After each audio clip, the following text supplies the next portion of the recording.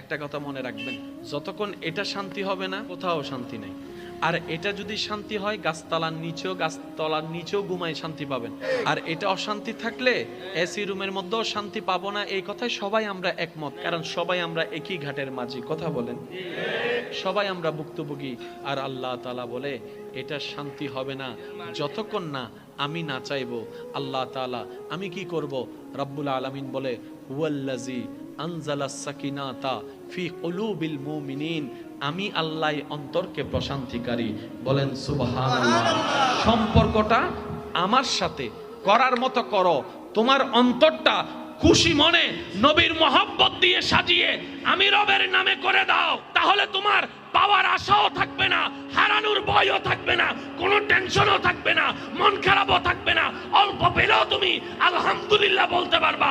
আর যত আলহামদুলিল্লাহ বলবে অল্প নিয়ামত বাড়তে থাকবে।